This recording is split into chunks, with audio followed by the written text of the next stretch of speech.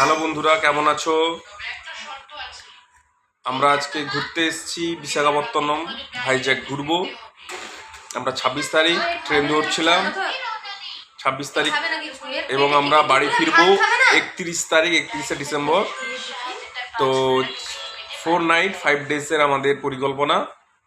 তো সেখানে আজকে 27 তারিখ, আজকে আমরা সকাল 9টায় ট্রেন থেকে নেমে একটা হোটেল নিয়েছি। হোটেলটার নাম রাজস্থান রয়্যাল। তো মোটামুটি হোটেলটা ভালো। তো একটু খাওয়া দাওয়া করে একটু রেস্ট নিয়ে আমরা বেরোবো। আজ থেকে ঘোরা শুরু করব। প্রথম আমরা রামকৃষ্ণ ব্রিজ দেখবো, তারপরে গ্লাস ব্রিজ।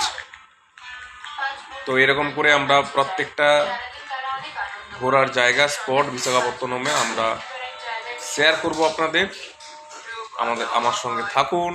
ভালো লাগলে লাইক করবেন। আমার সঙ্গে ঘুরতে এসছে আমার ঘরে পুচকু কথা, হাই করে দাও। আর এসছে কথার মা কোথায় গেল? বাথরুমের কাছে ছিল ওই কথার মা।